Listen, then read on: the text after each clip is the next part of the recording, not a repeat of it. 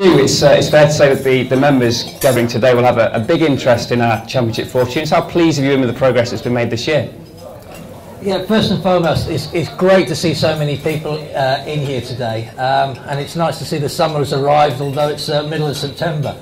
I think that as far as our Championship season is concerned, I thought we had a good start to the year. It was always going to be a bit of a challenge because clearly we've got quite a small squad of players. We've only got 15 full-time professionals, and then some of the younger lads who've been in university, who came down from university at the end of June. So we've got a relatively small squad. I think we've got some really good players in that squad, and I think they performed really well in the first half of the summer. To win 4 games on the bounce in the Championship was the first time we've done that for many, many years, and got us into a really good position, I think, just after halfway through the summer. I think it's fair to say that the second half of the summer has been much more of a challenge and has been more disappointing. I think that's a reflection of our best players have got to play in all formats of the game, and there's certainly a certain amount of tiredness that's crept in. So the second half of the summer certainly has been more disappointing than the first, but we've got 3 games left, and it's really important that we finish the season off strongly. And if we can end up in the top 3 or 4 of the Championship, then I think it would be certainly progress made. Probably no surprise to see Surrey and Lancashire at the top of the division, and more than likely to enjoy that promotion. In fact, they've both been promoted, given the size of those squads. We're at the other end of the spectrum, perhaps, with 15 full-time pros, as you mentioned. What challenges does that present, and how in particular do you manage the workloads of the seam bowlers? Yeah, I think, as you say, Michael, I mean, the biggest challenge we have is for the seam bowlers. I mean, Michael Hogan's an outstanding bowler. He's proved that for the last 3 years here.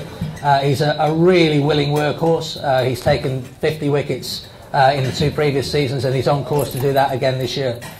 He's an outstanding bowler. Graham Wagg's had a good season, as has Craig Meshter. But really, you know, we've got 1 or 2 promising young seam bowlers, some of whom are university. We've got a few who are a little bit younger than that, who are still in school and are not quite ready to step up onto the big stage yet. So the workload amongst a very small number of fast bowlers is very significant. And look, I think they've coped with the task manfully, but that's certainly an area that we need to look at as far as recruitment is concerned over the next 12 months or so. You certainly haven't been shy when it comes to introducing talented young Welsh players into the squad. How pleased are you with the contribution they've made, and how encouraged are you by the contribution they can make in future years? Yeah, I mean, I was really lucky to play in the Glamorgan side that was 75–80% of us had come through the local system. Young Welsh lads who'd come up supporting Glamorgan as young lads and playing in a successful team. And that's my vision for the future. We want to try and make Wales proud. We want to make sure that we give every opportunity to talented young cricketers to come through our system and into our first 11 and be successful, and hopefully go on and have successful careers with England too. I think the key thing is they have to be good enough. It's important that they're local, but they have to be good enough. And it's been really good to see Andrew Salter play quite a lot of cricket this summer. Rory Smith, unfortunately, is injured at the moment. Rory, as is Kieran Bull. They've had a taste of first-team cricket. And Aaron Donald's got in the side after captaining England under-19 in their one-day series against Australia. So I do think we've got some good local talent. Clearly, you've never got enough talent. You know, we want to make it a really competitive squad. I mentioned earlier on, we've got 15 full-time professionals. We need to try and grow that. We need to have more competition within that squad. And we need to have some more local talent. But they have got to be good enough. That is for sure. Lots of talk in recent weeks about the proposed domestic structure for 2016. Clearly there's a bit of an appetite for change at ECB. What are your thoughts on some of the proposals that you've seen? Yeah, look, it's always a difficult one, and you know, the structure of our domestic game is so important to provide the right amount of the right balance between the amount that we play, the amount that the players prepare, and the amount that they rest, to make sure that, you know, when they go on the field, they're healthy, they're hungry to do well, and they're in really good form. And that balance is always very difficult. We've got a very long summer and a very congested summer at certain places. So that can be much more of a challenge in this country rather than Australia or South Africa. So from what we've seen so far, it would appear we're playing slightly less Championship cricket, and then in the middle of the summer playing a block of 2020 and one-day cricket, which will, you know, I think that will help certainly the England team, and certainly as far as our preparation is concerned for those competitions, I think that will help it. I think that's a consensus of the directors of cricket and the chief executives around the country. It's going to be interesting to see how it goes, but I think that there'll be a regular diet of one-day cricket right in the middle of the summer, which I think is a good thing. So many stakeholders and opinions when it comes to something like the domestic structure. You've been in Andrew Strauss's shoes trying to prepare an England side for a potential victory at the Cricket World Cup in 2019. Do you have empathy for the challenge that the ECB have to take on board everyone's viewpoint and come to some kind of consensus? It is really difficult because you have got so many stakeholders. You've got members, supporters, players, administrators, so many people that you're trying to get the right balance and the right kind of fixture list for. So I do have some sympathy. Andrew Strauss, as you quite rightly say, is very much focused on the England cricket team, and particularly it's been great to see England win the Test series this summer and make a resurgence in that format of the game. But there's a real focus from Andrew, particularly on the 50-over game. It's something that we haven't done well in for many, many years. 1992 was the last time we got to a World Cup final. You'll be aware that in 2019 we are hosting the World Cup in England and Wales, and it's very much a target of the England and Wales Cricket Board to make sure that England perform really well in that competition. So, Strauss was very, very keen to make the change, and I think there's a lot of people behind him and supporting him to make sure that we have a team that's going to really compete in that competition. Let's open things up to the floor. I know one or two of you have arrived with prepared questions. Anyone want to start us off with a question for Mr. Morris? Yes, sir. Forgetting the playing side for a moment, what were the circumstances and the justification for the eventual termination of Keith Exton? Okay, so that's a question about the groundsman situation here, Hugh. Obviously, there was the Hampshire game, which you're all aware of, was abandoned, and some significant work on your part after that to get to the bottom of exactly what happened. Yeah, so I mean that was obviously a bitterly disappointing episode for all of us. There's no doubt about that. So what we've done subsequently, we've had the whole of our square and indeed the whole of our ground surveyed. We've had some recommendations that have come back to us about what we should be doing, particularly with pitch 9, which was the pitch that we played on. We will, in hopefully the next month or so, be digging that pitch up and relaying it. We won't be using it for first-class cricket for, I would imagine, 2.5 to 3 years. We will be playing some second 11 cricket on it beforehand to make sure that it is laid down and being rebedded. So we did that immediately afterwards. As far as Keith is concerned, we had discussions with Keith, and it was felt that the time was right for Keith to move on and ourselves to move on. We did that. It was a mutually agreed contract, and subsequently Robin Saxton has taken over with the rest of the ground staff and has produced the 2020 pitch and obviously the pitch today. Any more questions from the floor for Hugh? He's obviously got two hats as a Director of Cricket and Chief Executive. Yes, sir? Would it make much difference to the quality of cricket if county championship matches were reduced to 3 days? Interesting question. Would it make much difference to the quality of cricket if championship matches were reduced to 3 days? Yeah, it is a good question. I mean, I played for most of my career was in 3-day cricket. Then I had a bit. There were a few years we played a bit of 3-day and 4-day cricket in the same season, and obviously for the last 10 or 12 years or so, it's been 4-day cricket. I used to enjoy 3-day cricket. It followed a similar pattern, but because it was actually quite a shorter game, and certainly when I was captain of the club, we more often than not ended up having some quite discussions about declarations, and it was quite contrived. I think 4-day cricket is less contrived because it's a much longer game. I like the idea potentially of 4-day cricket allowing spin bowlers to bowl. We have got a dearth of spin bowlers in this country, so that is a challenge. But it does give an opportunity. Given if we play on a pitch that allows a bit of seam movement day one, flattens out a bit, and then later on spins. I like the idea of bringing more cricketers into the game, which I think in 4-day cricket you can do. And it's a much closer game to Test match cricket. And one of the key objectives of the championship, or an objective of the championship, is to try and produce international Test match players. And I think that gives cricketers an opportunity to do that. There was a question at the back of the room. Yes, sir. I'm a bit concerned about the proposed reduction in 7% cricket. I think that's the best format. I think 50 over is the royal format of cricket. I don't think it's got wide appeal. And I think it would be much better to have a knockout system which would reduce the pressure and the travel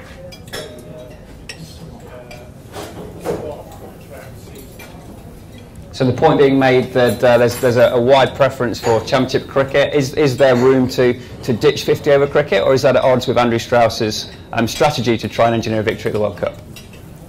Yeah, I think as far as the Championship is concerned, my personal view is it's the purest form of the game. It's the format that I enjoyed the most when I played it, and it's a really key objective of ours to try and get into Division 1 and eventually to challenge for the Championship. I was really lucky. One of the proudest moments I ever had in cricket was when we won the Championship here in 1997, and that's got to be a very strong ambition of ours going forward. So I'm a huge supporter for the cricket of that, there's no doubt. 50 over cricket, I think you made a good point, because I think there was a perception, certainly before the World Cup earlier this year, that the 50 over format was in real danger of disappearing. But I think that the World Cup, I think, breathed new life into it. Certainly the 50 over international matches between England and New Zealand showed potentially a new way of playing the game. And I think that scores of 300 now are becoming the norm. And I think if we can do that on a domestic level as well, I think it could have an appeal and does have an appeal. It's going to be interesting playing it in the middle of the summer rather than we've either played it right at the beginning of the summer when the ball seemed around quite a lot, or at the end of the summer when everybody's pretty tired to get into a new competition. I think playing in the middle of the summer hopefully will bring some new life into it too. You had a question, sir? I was just wondering recently, Hugh, with the retirement of Will Owen, that it struck me that we have a constant stream of sort of early 20s or mid 20s, particularly seam bowlers, who seem to break down and have to retire early. It seems to be a bit of a pattern. I don't know whether you might have a thought on that. Hugh, is there a pattern of players emerging for our academy and getting to mid-20s and retiring, or is it just a set of familiar circumstances that are down to nothing more than chance? I actually think it's a pattern for fast bowlers around the world. There's been more research done in Australia and in the UK on fast bowler injuries than any other format of the game. And I remember some years ago we sat down to pick an England under-19 squad nationally, and we had on our long list 15 fast bowlers, 12 of which were injured. So it's not just Glamorgan that's had challenges. There have been challenges not just around the rest of England, but there's been challenges around the world. So it's something that everybody's very mindful of. One of the first things I wanted to do here, partly because we've got such a small squad of players, was to make sure that we had a really good medical setup. We appointed last year a part-time medical doctor, Dr. Rob Young, who works with the England cricket team, also works with some professional rugby clubs as well. Rob's been instrumental in looking at injury prevention measures alongside Mark Rouser, our physiotherapist. Sadly, it's an occupational hazard. Bowling at 80, 90 miles an hour is a difficult thing to do, and you repeat that action over a long period of time and you're going to get injured, or many people get injured. And again, going back to what I said about our seam bowlers so far, all three of them have bowled a lot of overs this year, and they've stayed fit, touch wood, and I've been doing that a lot this summer. It is an issue, but we have measures in place to try and work with that. This winter, all our bowlers will be having their own strength and conditioning programs to try and mitigate any problems that they'll have next summer as well. Any more questions from the floor? Yes, sir. Yeah, we talked about bringing in more local talent. What are our dealings with the Asian community then? There's a question there about emerging Asian talent. Is there enough emerging Asian talent in the academy and in cricket in general? Yeah, good question. It's we have a young leg spin bowler called Mujilias, who bowls for Cardiff, and Prem Sisodia, who plays for Cardiff too. Muji is 15 years of age. He regularly this summer has bowled at our first 11, and they all rate him as a bowler. It's great to see a leg spinner. It's great to see a nation leg spinner because naturally they bowl leg spin really well. Mudji, as I say, has got talent. He bats as well. He has been in the academy the whole of this year, as has Prem. It's it's really important to encourage as many people as we can to play our game. We now have a specific BME project where we go into the communities of Cardiff. We started last summer with 6 pilots around the Grangetown area, where we took a pilot kit, some of our coaches, and linked in with the community leaders in that area. And we had nearly 1,000 kids who attended those sessions. That's something that was a huge success. It's something we carried on this summer, and we're very mindful that we want to make sure that we get as many ethnic minority communities into our programs as we possibly can. Yes, madam. Can I just say, we'd like to pass on our congratulations for your staging of the Ashes and the T20, both of which are fantastic occasions. One thing I would ask is that for future occasions, can you think about the facilities you make available to Glamorgan members on those days, in line with other test grounds, where you at least get some credit and some facilities for being a Glamorgan member?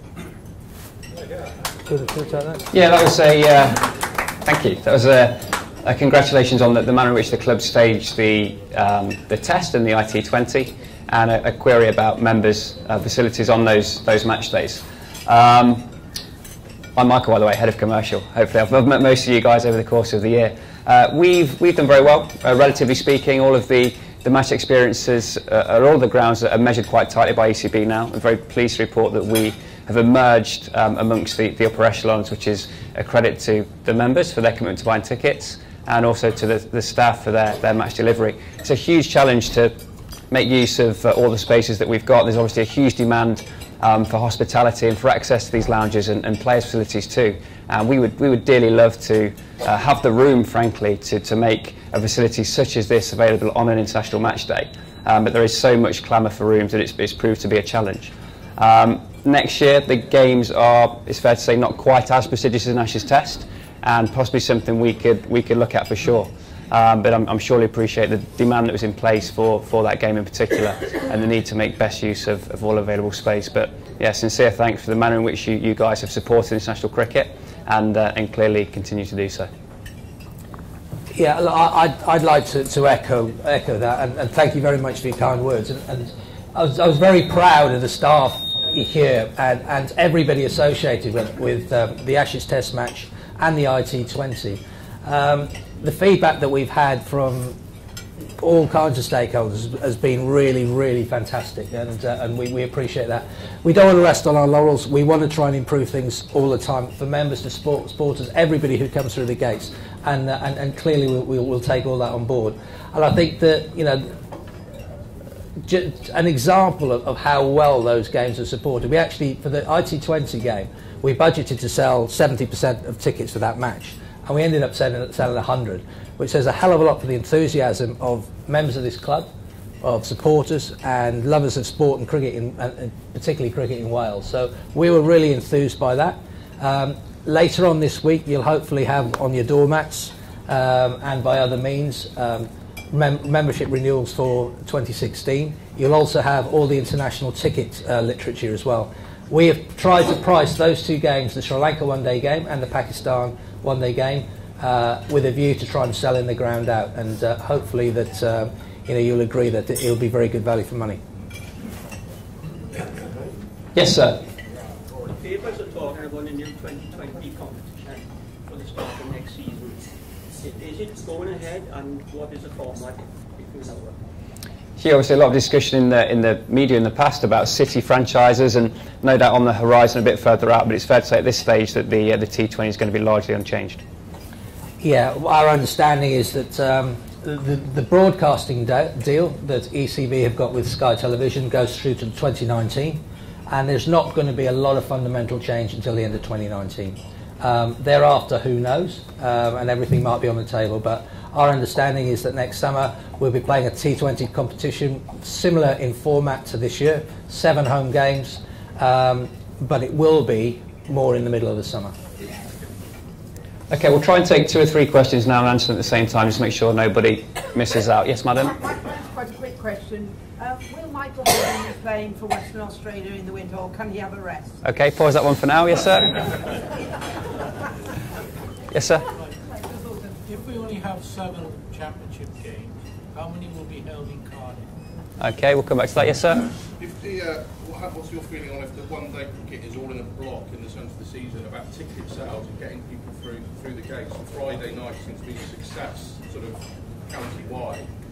When they were in a block before, actually some of the attendances midweek was quite low. So what's your sense on the impact of getting people in and then obviously money into the club? Okay, and finally, sir? What do you assess for the long term championship with the lack of exposure and the inevitable media and where we might be in 10 years' time? Okay, so quick fire. Will Michael Hogan play for Western Australia next year? Yes, Michael Hogan is contracted to Western Australia next year. He will only be available for Sheffield Shield matches. They've got, I think, 7 fast bowlers on their roster, so I fully expect him not to play in every game. Last winter, he certainly missed a couple, got injured towards the end of it, which clearly we need to try and avoid, but he will be available for Western Australia. With a potential reduction in the Championship cricket, are we still committed to outgrounds? Yeah, it's something that clearly the next committee meeting will be discussing some of the changes potentially of the ECB. ECB board meeting at the end of this month, the committee meeting the beginning of October. Look, our vision is to make Wales proud. I think to do that there needs to be a certain amount of cricket that's played around Wales. Clearly we need to consider playing 1 less home championship game, how that impacts upon our strategy, but that's something we'll be discussing at the next committee meeting. A question around limited overs cricket being played in a block. We should perhaps point out that block's potentially going to be 10, 12 weeks long, so hopefully we'll avoid fixture congestion there.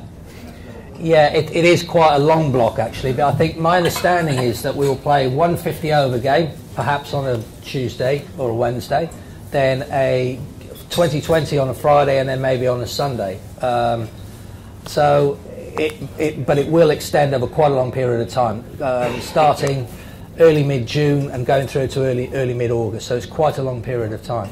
Whether they're going to allow 2 overseas players in 50-over cricket next year, they have got to make a decision on that. But clearly there is a possibility that they might allow that to happen as well. So if we did have a second overseas player, you know, we'd obviously have a look at an option of playing somebody in 20-20 cricket and 50-over cricket. And the county championship clearly held dearly by everybody in this room. Is there any concerns over the long-term future of that competition, given, as the gentleman pointed out, perhaps the lack of media coverage that's enduring? Look, I haven't heard that, and I said earlier on, I mean, the championship is my favourite format of the game. On a personal level, I know the committee is strongly behind county championship cricket, and at the time that I was at ECB, no one suggested that was in any kind of jeopardy at all. Look, 20-20 cricket has taken the world by storm over the last 10 or 12 years. It's really important for the revenues into the game. I think it provides a lot of excitement. But county championship is kind of, you know, the traditional form of the game. It's where the heart is, and you know, I'd be absolutely amazed if there was going to be fundamental changes to that. We've talked about the development of players and the need to improve from within. What about recruitment? What are your recruitment priorities in this winter, and how active do you expect Glamorgan to be in that market? Yeah, it's always a difficult one. I mean, what we try and do is identify where the gaps are in the squad. As I said, we've got a very small group of a small squad of players at the moment. We've got a number of guys at university. So Rory Smith is going to be in his last year at Bristol University next summer. Then and Aaron Donald comes onto our full-time staff next summer. He's left school now. He's done his A-levels and he wants to join Glamorgan, which is great. But we have a number of other young players. Kieran Bull is in his last year at Cardiff Met. Jack Murphy will be in his second year at Cardiff Met. So our recruitment is, we try to identify gaps.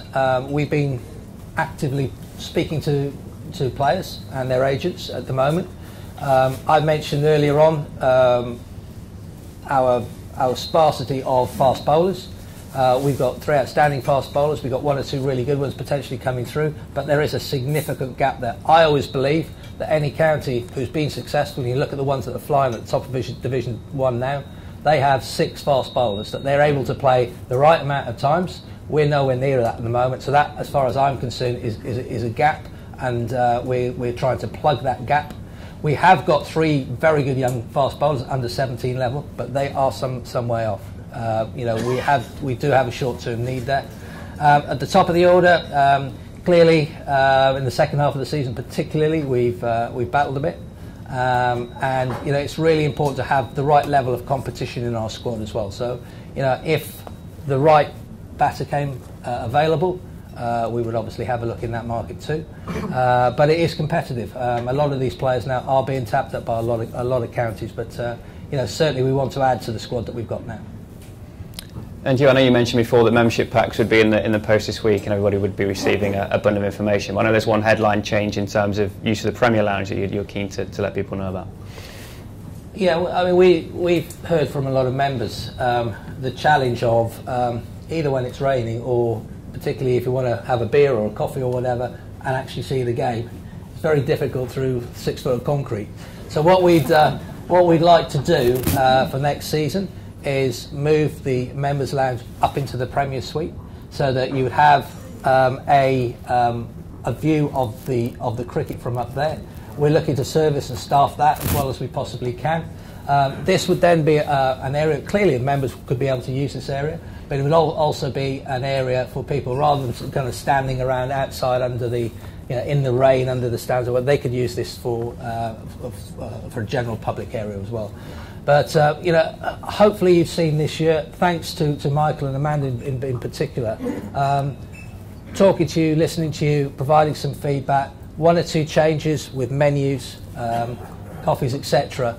And we want to try and make your experience at Glamorgan County Cricket Club as good as it possibly can be. So, you know, hopefully that's a step in the right direction, something that you'll welcome, and hopefully you can watch some cricket when the weather is not at its best, through some glass rather than through some concrete.